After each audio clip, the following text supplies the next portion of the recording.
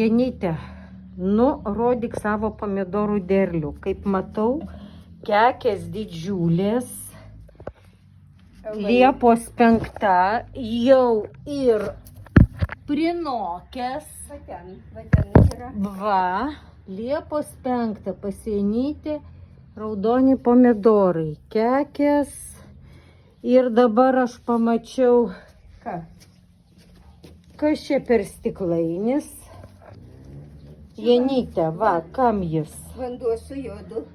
Ir kam jis dėl ko? Dezinfekciją daro.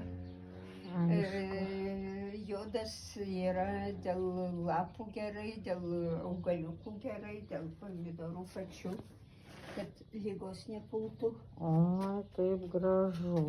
Ir kiek tu tokių stiklainių čia esi pastačius? Nu, kol kas vieną pastačiau, reikia eiti jodą. Nu, grožis.